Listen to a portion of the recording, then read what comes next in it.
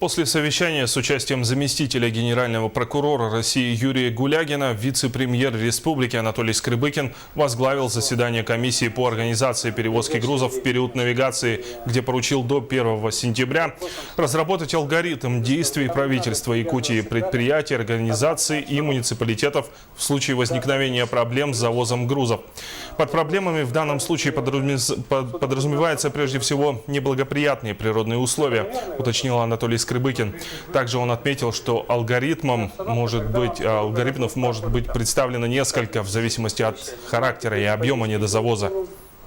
1 сентября разработать и внести на утверждение правительства алгоритмы действий правительства, предприятий, организаций, муниципальных образований при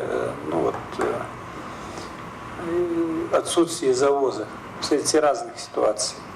Прежде всего вследствие природного характера, потому что в основном это единственная причина, которая может послужить недозавозу.